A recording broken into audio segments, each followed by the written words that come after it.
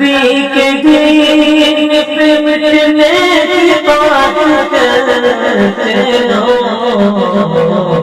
حسین جیسا کلیجہ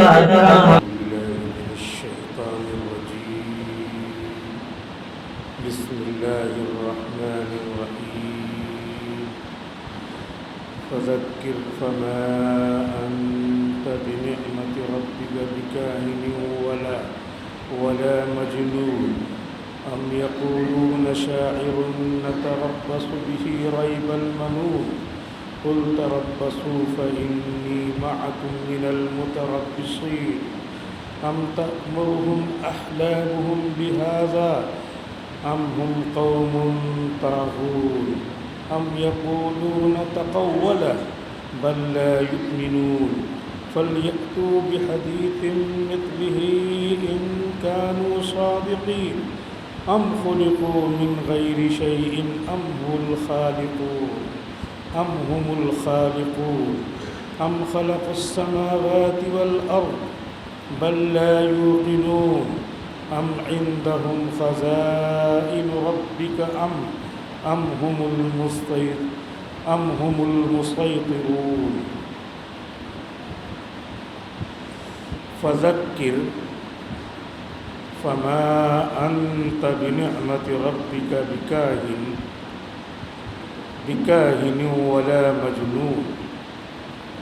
تو اے نبی آپ امت کو نصیحت کرتے رہیں، کیونکہ اللہ کے فضل سے آپ کوئی کاہن نہیں ہیں اور نہ کوئی دیوانے ہیں.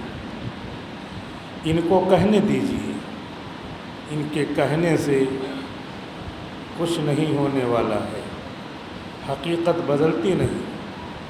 ام یقولون شاعر نتربص به ریب المنون، یا یہ کفار مکہ کہتے ہیں کہ آپ شاعر ہیں. نہیں، آپ شاعر بھی نہیں. یہ کہتے ہیں کہ ہم ان کے ساتھ حادثات زمانہ کا انتظار کر رہے ہیں. قل تربصوا، آپ کہہ دیجئے انتظار کرو، اسلام پھیلتا ہی جائے گا. فإنی معکم من المتربصین، بے شک میں بھی تمہارے ساتھ انتظار کر رہا ہوں کہ کفر مٹتا چلا جائے گا. ام تأمرهم احلامهم بهذا، کیا ان کی عقلیں ان کو یہ حکم دیتی ہیں کہ بتوں کو پوجے؟ ام هم قوم طاغون، یا وہ سرکشی کرنے والے لوگ ہیں. ام یقولون تقولا، کیا یہ کافر کہتے ہیں کہ نبی نے اس قرآن کو اپنی طرف سے بنا لیا ہے، تراش لیا ہے. بل لا یؤمنون، نہیں، حقیقت یہ ہے کہ دل سے اندر سے ایمان نہیں ہے تو باتیں بنا رہے ہیں. فَلْيَأْتُوا بِحَدِيثٍ مِثْلِهِ إِن كَانُوا صَادِقِينَ، تو اس طرح کا کوئی مضمون بنا کر لے آئیں اگر بڑے سچے ہیں. ام خلقوا من غیر شیء ام هم الخالقون، کیا کسی چیز کے بنائے بغیر یہ اپنے سے پیدا ہو گئے ہیں، یا انہوں نے خود پیدا کر لیا ہے، یعنی خود کے خالق خود ہی ہیں؟ نہیں، بالکل ایسا نہیں، خالق ہم ہیں ان کے. ام خلقوا السماوات والارض بل لا یوقنون، یا انہوں نے آسمانوں کو اور زمین کو پیدا کیا ہے؟ نہیں، کسی چیز کو نہیں پیدا کیا، بلکہ یہ اللہ پر یقین نہیں رکھتے. ام عندهم خزائن ربک ام هم المسیطرون، یا ان کے پاس تیرے پروردگار کے خزانے ہیں، یا یہ داروغہ ہیں کہ جس طرح چاہیں لوگوں کو حکم دیں؟ نہیں، ایسا بھی نہیں. ام لہم سلم یستمعون فیہ، یا ان کے پاس آسمان پر لگانے والا زینہ ہے جس کو لگا کر یہ آسمان کی باتیں سنتے ہیں. فَلْيَأْتِ مُسْتَمِعُهُمْ بِسُلْطَانٍ مُبِينٍ۔ تو جو یہ سب باتیں سننے والا ہے کوئی واضح دلیل لے کر کے آئے کہ یہ بتوں کی عبادت حکم دیا گیا ہے، نہیں، غلط ہے۔ ام لہ البنات ولکم البنون، کیا ان کے لیے تو بیٹیاں ہیں اور تمہارے لیے بیٹے، یعنی اللہ کے لیے بیٹیاں ہیں اور تمہارے لیے اے کفار مکہ بیٹے۔ ام تسألہم اجرا فہم من مغرم مثقلون، یا اے نبی آپ ان کو شریعت کی باتیں بتلاتے ہیں تو کیا آپ ان سے اجر مانگتے ہیں جس کے تاوان تلے وہ دبے جا رہے ہیں؟ ام عندہم الغیب فہم یکتبون، یا ان کے پاس غیب کی باتیں ہیں جسے وہ لکھے لیتے ہیں۔ ام یریدون کیدا فالذین کفروا هم المکیدون، یا یہ کوئی سازش رچ رہے ہیں تو کافر لوگ خود ہی سازش میں پھنسنے والے ہیں۔ ام لہم الہ غیر اللہ سبحان اللہ عما یشرکون، یا ان کے لیے کوئی معبود ہے اللہ کے علاوہ، اللہ تعالیٰ پاک ہے ان تمام باتوں سے جس کو یہ شریک کرتے ہیں، جس کو وہ شرک ٹھہراتے ہیں۔ سورہ طور کی تفسیر چل رہی ہے اور یہ رمضان المبارک کا پہلا جمعہ ہے۔ رمضان المبارک میں ہر نیکی 70 سے ملٹیپلائیڈ ہو جاتی ہے، ایک نیکی 70 کے برابر ہو جاتی ہے، کوئی چھوٹی نیکی ہو یا بڑی نیکی۔ چھوٹی نیکی یعنی جو نوافل ہیں، سنتیں ہیں، ان کو کہا گیا ہے کہ فرض کے برابر ہو، اور جو فرض ہیں وہ 70 فرض کے برابر ہو۔ تو یہ جمعہ ہم پڑھیں گے تو 70 جمعہ کے برابر ہو۔ اس کا مطلب کوئی یہ نہ سمجھے کہ اب 70 جمعے پڑھنے کی ضرورت نہیں ہے، لہٰذا اب چھٹی ہے، نہیں، ایک جمعہ پڑھیں گے تو اس پر جو اجر ملتا ہے، فضل ملتا ہے، 10 جمعے کے برابر عام ضابطہ ہے۔ من جاء بالحسنۃ فلہ عشر امثالها، جو کوئی ایک نیکی کرے گا تو اللہ تعالیٰ اپنے فضل سے اس کو 10 کے برابر ثواب دیتے ہیں۔ تو 11 مہینہ تو ویسے بھی اللہ تعالیٰ 10 کے برابر ثواب دیتے ہیں، لیکن رمضان شریف میں ہر نیکی کو اللہ تعالیٰ 70 کے برابر ثواب دیتے ہیں۔ اور روزے کو 70 نہیں کہا کہ روزے کو ہم 70، ایک روزہ رکھو 70 روزے کے برابر ثواب دیتے ہیں، نہیں، اس کو رہنے دو، انعام جب بٹے گا تو میں خود آؤں گا اور میں اس کا کیا ثواب رکھے ہوئے ہوں وہ مجھے معلوم ہے۔ الصوم لی، یہ روزہ تو میرے لیے تھا نا، خاص میرے لیے، کیونکہ چپکے سے کوئی اگر جا کر کے پانی پی لے، چپکے سے اگر کوئی جا کر کے کھانا کھا لے تو اس کا دل خود ہی نہیں تیار ہوگا کہ آگے وہ روزہ رکھے یا کسی سے بتائے کہ میں روزہ ہوں۔ تو خاص روزہ، اس میں اخلاص اندر سے پایا جا رہا ہے، باہر سے پایا جا رہا ہے۔ جو روزے دار ہے وہ واقعی اللہ کے لیے کھانا چھوڑے ہوئے ہے، اللہ کے لیے پانی چھوڑے ہوئے ہے، اللہ کے لیے جائز بیوی کو چھوڑے ہوئے ہے۔ تو اللہ تعالیٰ کہہ رہے ہیں ہر انعام کے لیے تو میں نے ضابطہ مقرر کر دیا، سامنے لکھ دیا، اس نیکی کا اتنا ثواب، اس کا اتنا ثواب، اس کا اتنا ثواب۔ روزے کے سامنے خالی جگہ رکھو، میں کیا دینے والا ہوں اتنا بتا دیتا ہوں۔ باب الریان ایک گیٹ ہے جنت میں، اسپیشل گیٹ، جس سے صرف روزے دار داخل ہوں گے اور کوئی داخل نہیں ہوگا۔ لہٰذا رمضان شریف کا یہ جو مہینہ ہے، اس مہینے میں ہر نیکی ملٹیپلائیڈ ہو گئی ہے، ہر نیکی بڑھ گئی ہے، 70 کے حساب سے ہو گئی ہے۔ لہٰذا ایک قدم بھی اٹھائیں، اگر مسجد میں رکھے ہیں داہنا پاؤں تو سمجھیے کہ 70 سے اس کا ثواب مل رہا ہے۔ ایک مرتبہ پڑھ رہے ہیں سبحان اللہ تو سمجھیے کہ 70 کے حساب سے 70 مرتبہ سبحان اللہ کہنے کے برابر ثواب مل رہا ہے۔ ہر نیکی اللہ رب العزت نے اس مہینے میں بڑھا دیا ہے. یہ جمعہ کا دن ہے تو روزے کے ساتھ ہم ہیں. ایک عبادت تو پہلے ہی سے کر رہے ہیں, دوسرے ہم جمعہ ادا کرنے آئے ہیں. اور یہ ہفتے کی عید ہے. یہ جو رمضان کا ہفتہ چل رہا اس کی عید ہے, اور 30 دن کے بعد سال بھر کی عید آئے. یہ جو ہفتے کی عید ہے یہ فرض ہے, اور سال بھر کی جو عید آئے گی وہ واجب ہے. واجب اور فرض میں فرق ہوتا ہے کہ واجب اور فرض کا درجہ بڑھا ہوا ہے, واجب کا تھوڑا سا اس سے کم ہے. لیکن سال بھر میں چونکہ آتا ہے وہ واجب, اس وجہ سے اس کی امپورٹنس الگ سے ہو جاتی ہے, اس کی سگنیفیکنس الگ سے ہو جاتی ہے. اور یہ ہفتے میں چونکہ آتی رہتی ہے عید, اس لیے اس کی اہمیت لوگوں کو معلوم نہیں. حضور اکرم صلی اللہ علیہ وسلم کے ارشاد کے مطابق یہ ہے کہ جمعہ کو سویرے آ جانا چاہیے, جلدی آ جانا چاہیے. جمعہ کو بھی عطر لگا کر کے آ جانا چاہیے. اپنے پاس جتنے سب سے اچھے کپڑے ہیں ان میں سب سے اچھا کپڑا پہننا چاہیے.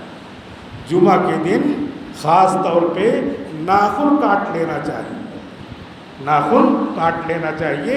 دیکھ لیجئے کتنے لوگوں کے ناخن بڑے بڑے ہوں گے. یہ ایک سنت ہے جس سنت پہ 70 درجے ثواب ملنے جا رہا ہے.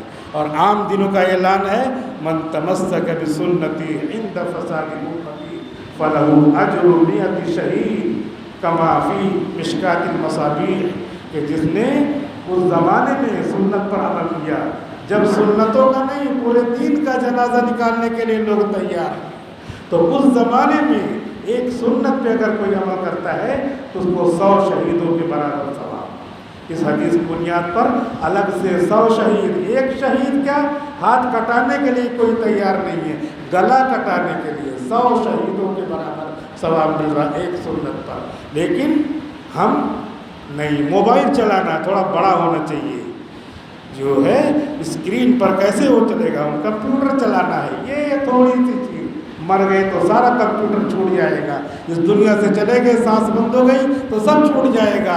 اللہ کی بات, رسول کی بات اور ہماری بات, یہ کمپیوٹر چلانا ہے. اب ہم اپنی بات کو ترجیح دیتے ہیں یا رسول کی بات کو ترجیح دیتے ہیں, اپنی بات کو ترجیح دیتے ہیں یا اللہ کی بات کو ترجیح دیتے ہیں. ظاہر سی بات ہے کتنے بہانے ہیں لوگوں کے.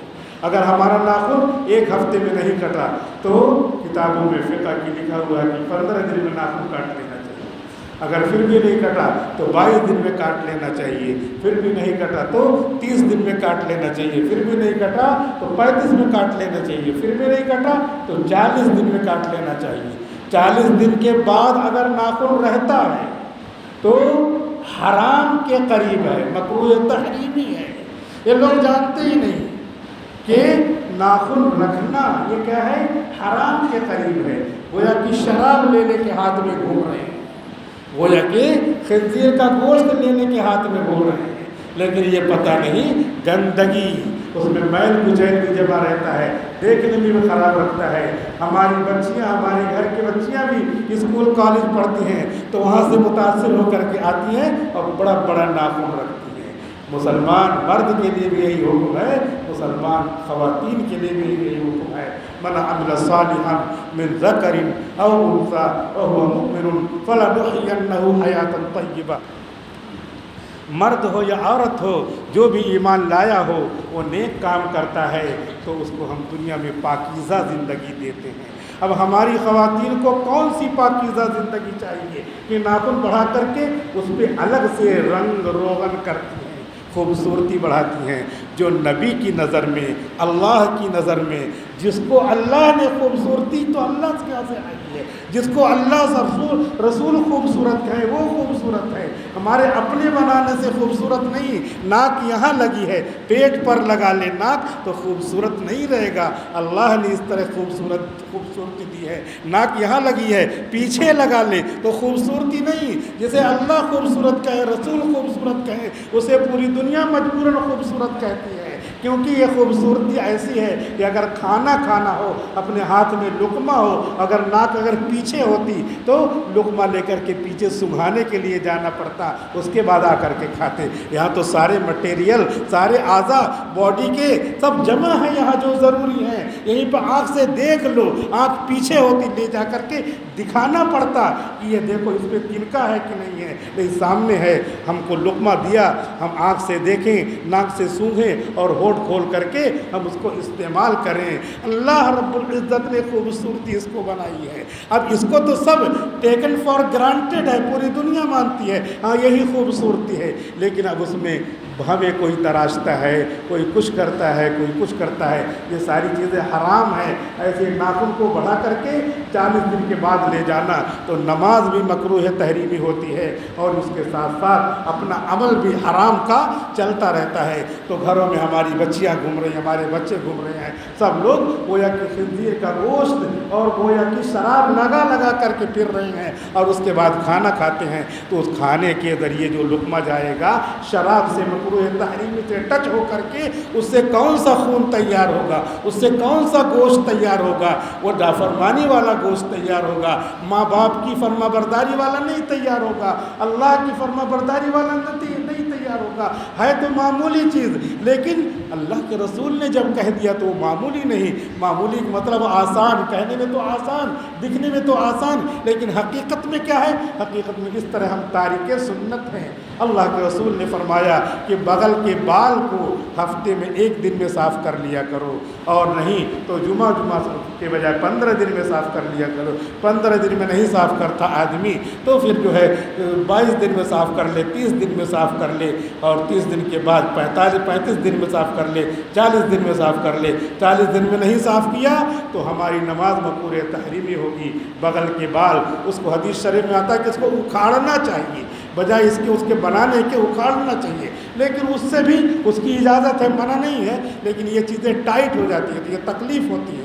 اس لیے شروع ہی سے وہ بچے جو بالغ ہو رہے ہیں، جن کے تھوڑے تھوڑے بال آ رہے ہیں، تو سنت طریقہ یہ ہے کہ اس بال کو وہ اپنے ہاتھ سے اکھاڑ لیں۔ پھر جڑیں کمزور ہو جاتی ہیں تو پھر یہاں پر زیادہ بال نہیں نکلتا، تو یہ بال بھی 40 دن کے اندر اندر بنا لینا چاہیے، ورنہ نماز مکروہ تحریمی ہوتی ہے۔ اسی طریقے سے منہ زیر ناف کے نیچے کا بال، صرف اسی کو لوگ جانتے ہیں، یہ سارے بال ہیں، یہ بغل کا بال ہے، یہ ناخن ہے، یہ سب بنا لینا چاہیے، اور منہ زیر ناف بھی 40 دن سے پہلے بنا کر کے صاف کر لینا چاہیے۔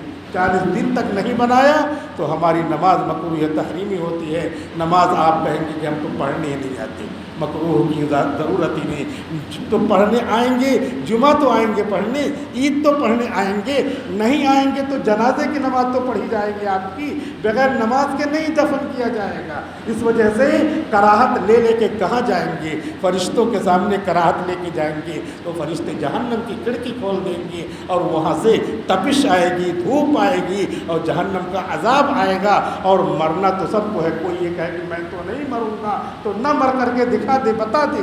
ڈاکٹر، ایسے ڈاکٹر جو اس بیماری میں ایکسپرٹ تھے، پورے علاقے میں، اسٹیٹ میں، ملک میں مشہور تھے اس بیماری کے علاج میں، وقت آیا موت کا تو اسی بیماری میں مر رہے ہیں، جس میں کروڑوں کو، سینکڑوں کو، ہزاروں کو شفا دیا، علاج کیا۔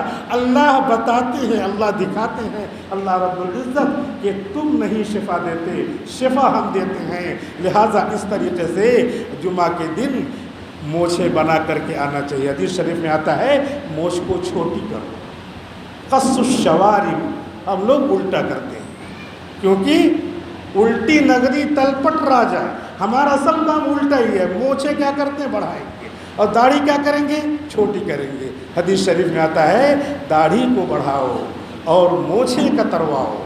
کم سے کم آدمی نیت تو کر لے کہ اگر کسی شعبے میں نہیں ہے، جو ہے ملازمت والے شعبے میں کسی میں نہیں، کہیں مجبوری نہیں ہے، تو کم سے کم دعا کرنا شروع کر دے کہ اے اللہ ہمیں اپنے نبی کی سنت پر عمل کرنے کی توفیق عطا فرما۔ کیسے جائیں گے قبر میں؟ نبی کہیں گے میرا چہرہ دیکھو داڑھی کے ساتھ ہے، اور تمہارا چہرہ دیکھو داڑھی کے بغیر ہے۔ میرا چہرہ دیکھو موچھیں کتری ہوئی ہیں، اور تمہارا چہرہ دیکھو بڑی بڑی مونچھ، پانی پیو تو اس میں پانی لگ جاتا ہے۔ مونچھ میں جو پانی لگ جاتا ہے تو وہ پانی حرام نہیں ہوتا، ایسا غلط مشہور ہے لوگوں کے درمیان، صرف کراہت طبعی ہوتی ہے۔ تو شریعت میں جو منع کیا ہے، بہت سارے لوگ کہتے ہیں کہ مونچھیں چھوٹی رکھو، اگر اسے پانی لگ گیا تو پانی حرام ہو جائے گا، ایسا نہیں۔ شریعت میں حدود ہے، زبردستی کوئی مسئلہ نہیں بتایا گیا ہے کہ ایسا مسئلہ یہ حرام، یہ ناجائز، یہ مکروہ، ایسا نہیں، جس میں انسان کا فائدہ بھی ہے اور اس میں ثواب بھی ہے، ایسی ہی باتیں، ایسے ہی احکام شریعت میں بیان کیے گئے ہیں۔ لہذا مونچھیں چھوٹی ہونی چاہیے اور اتنی ہونی چاہیے کہ کھال سے لگ جائے۔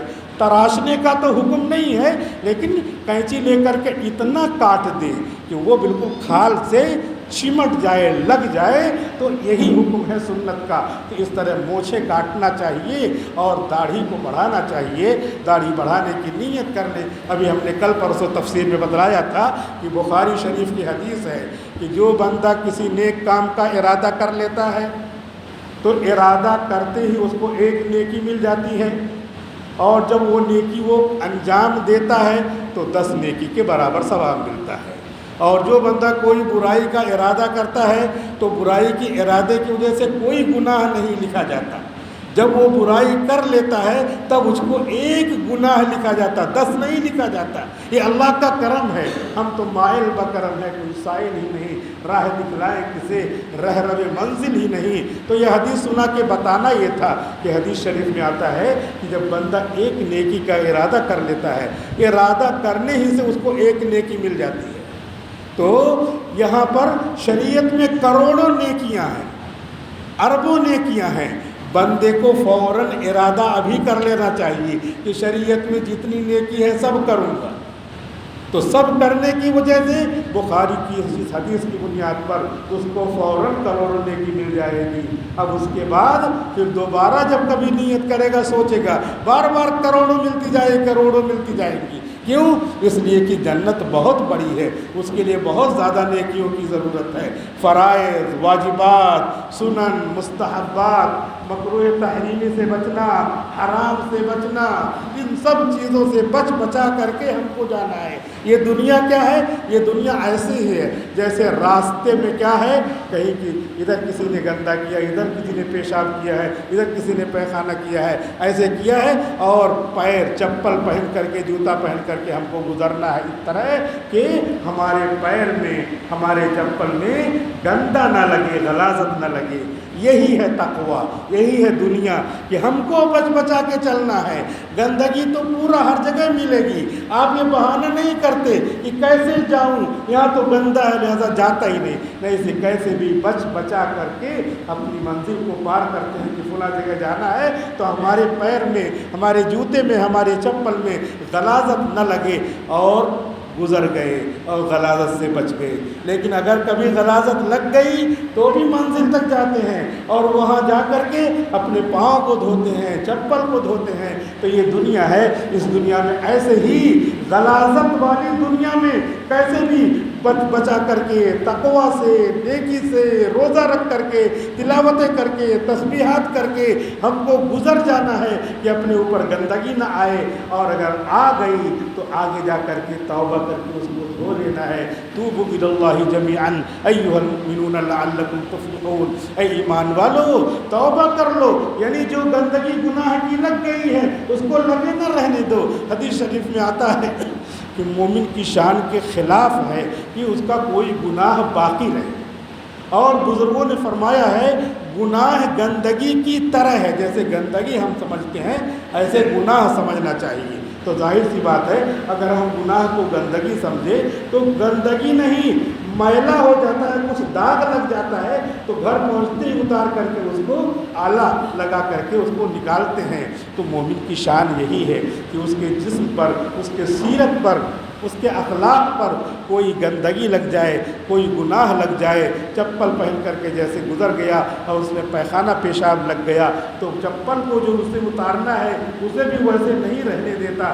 تو اپنی سیرت کو، اپنی اخلاق کو، اپنی عادت کو، اپنی زندگی کو گناہوں میں نہ رہنے دے، بلکہ اس کو صاف ستھرا ہو کر کے جانے دے۔ اس لیے کہ اگر ہم یہ سوچیں کہ ہم گناہ کر رہے ہیں، کون جان رہا ہے؟ کسی کو مار دیا، قتل کر دیا، کسی کا چھین لیا، کسی کا حق دبا لیا کون جانتا ہے؟ تو یہ بھی سمجھیے ان اللہ علیم بذات الصدور، اللہ تعالیٰ دلوں کے بھید کو جاننے والا ہے۔ ایک آدمی تھا، اس آدمی وہ کئی دن کا بھوکا تھا، 3-4 دن کا بھوکا تھا۔ اس نے یہ طے کر لیا تھا کہ میں اللہ ہی کھلائے گا تو کھاؤں گا اور اللہ ہی سے مانگوں گا، کسی سے اور نہیں مانگنا ہے مجھے۔ 3-4 دن ہو گیا تو اب مسجد میں آیا، کہا اللہ تعالیٰ 3 دن ہو گیا، اب بھوک برداشت نہیں ہو رہی ہے، اب کچھ آپ کیجئے، میرا انتظام کیجئے۔ میں نے یہ طے کر رکھا کہ اللہ کے سامنے، آپ کے سامنے اپنی ضرورت رکھوں گا، کسی اور کے سامنے ضرورت نہیں رکھوں گا۔ اے اللہ میری حالت کو دیکھ لیجئے، میری مدد فرمائیے۔ رو دھو کر کے دعا کر کے گھر گیا۔ گھر پہنچا تو اس کا دروازہ کھلا ہوا تھا اور گھر میں ایک جو ہے کسی کی گائے ٹہلتے گھومتے گھر میں بھی گھس گئی تھی۔ تو اس نے دعا جو کیا تھا تو اس دعا کی وجہ سے اس نے سمجھا کہ یہ اللہ تعالیٰ نے گائے بھیجا ہے، لہذا اپنا دروازہ بند کیا اور دروازہ بند کر کے اس جانور کو پٹکا اور پٹک کر کے ذبح کیا، ذبح کر کے کھال وال نکالا اور گوشت نکالا، جتنا پکانا تھا 3 دن کا تو بھوکا تھا وہ، جتنا پکانا تھا پکایا کھایا، اور اس زمانے میں جو بھی طریقہ رہا اسٹور کرنے کا، جمع کرنے کا، اس طرح اس نے جمع کیا۔ اور اس کے بعد پھر مغرب پڑھی ہوگی، عشاء پڑھی ہوگی، اس زمانے میں جو بھی عبادتیں تھیں وہ سب اس نے کیا ہوگا، اور اس کے بعد پھر جو ہے رات میں جس کا جانور تھا، گائے تھی، وہ آئی نہیں اپنی جگہ پہ، کیونکہ ان جانوروں کو کوئی مستقل جگہ نہیں رہتی، کہیں بھی جا کے بیٹھ جاتے ہیں، تو اس لیے صرف دیکھنا رہتا ہے کہ ہاں فلاں جگہ پہ آئی ہے کہ نہیں آئی ہے۔ تو دیکھا وہ آئی نہیں، پریشان ہو گیا وہ کہ اب کیا کرنا ہے۔ ادھر ادھر لوگوں سے پوچھا، کسی نے نہیں بتایا، اور اس کے بعد جو ہے صبح ہو گئی تو صبح کسی سے پوچھا تو اس نے کہا کہ ہاں میں جو ہے تمہاری گائے کو میں نے دیکھا تھا، جانور کو اس گھر میں گیا تھا، جاتے ہوئے تو دیکھا ہے لیکن نکلتے ہوئے نہیں دیکھا، تو پانی وانی نالی والی دیکھا تو پانی جو ہے گھر سے جو بہہ کے آیا ہے وہ خون آلود ہے، سرخ سرخ ہے، لال ہے۔ تو تھوڑا اس کو ڈاؤٹ ہوا، شک ہوا، تو وہ گھر میں وہ داخل ہوا، گیا جب گھر میں تو دیکھا کہیں ادھر گوشت پڑا ہوا، کہیں ادھر منڈی پڑی ہوئی، کہیں، اس کو پکا یقین ہو گیا۔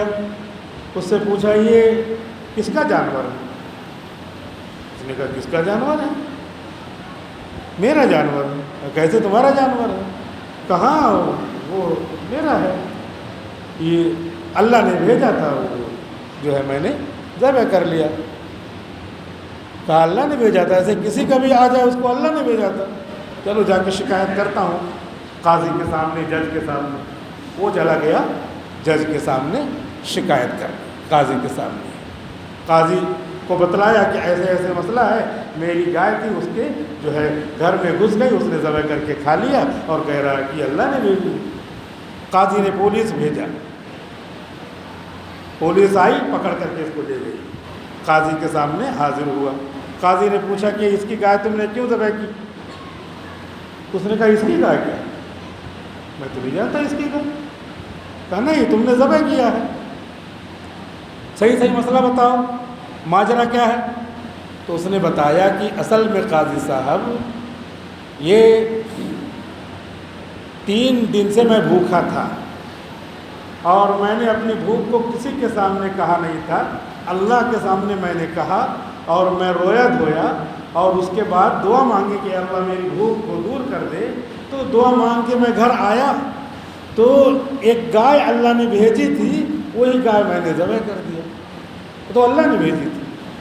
قاضی صاحب نے کہا کہ ایسے چاہے جس کی گائے آ جائے، اللہ نے بھیجی تھی، اس کو جو ہے پولیس والوں کو کہا اس کو لے جاؤ، سزا دو، فلاں سزا اس کو مقرر کرو۔ جیسے ہی قاضی صاحب نے کہا ویسے ہی وحی آ گئی، کیونکہ قاضی صاحب داؤد علیہ السلام تھے